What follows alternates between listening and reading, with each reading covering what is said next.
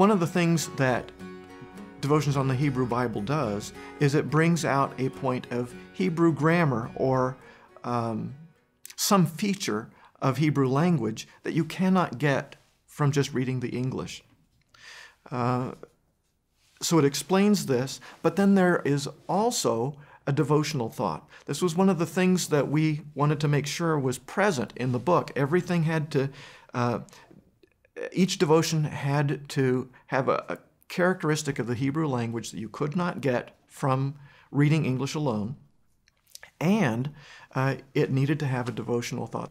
One of the very common features of Hebrew language is word plays. The writers of the Old Testament love to use word plays. The idea of word plays is brought out a number of times in various devotions. There are also focuses on grammatical features. Some people talk about word order or particular aspects of the verb. How do various verb forms work?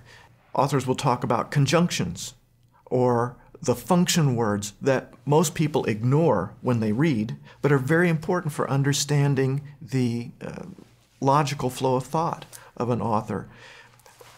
Many of the devotions bring out the different translations, why they're different, and understanding why they're different.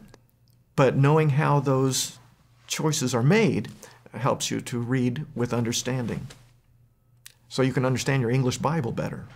All of the different approaches that the authors take means that this devotion book is not just flat ground. There are various things that will interest people, and a teacher of Hebrew, for example, will be able to select a devotion that focuses on infinitives, or a lesson on the imperfect tense, or a lesson on imperatives, or a lesson on consecution of tenses. These kinds of different aspects are available. There are a number of ways that devotions on the Hebrew Bible can be used in an academic setting. Of course, the most obvious way is in a Hebrew course. Teachers could require this to be a textbook. They could have beginnings of class periods once a week, for example, involve reading one of these devotions, and it would help their students to see the practicality of learning Hebrew. Why do we do this? Why do we spend all the time learning the language? Well, these are many reasons why. In addition, if students had this as a required textbook, it would be a motivator for them. They could even choose their own devotions that they liked and found particularly interesting and report on those to the class. That would be another way that this could be used. But I think it even has broader appeal. It's true that Devotions on the Hebrew Bible is designed for those who know Hebrew. So we don't transliterate Hebrew. We expect people to be able to read it.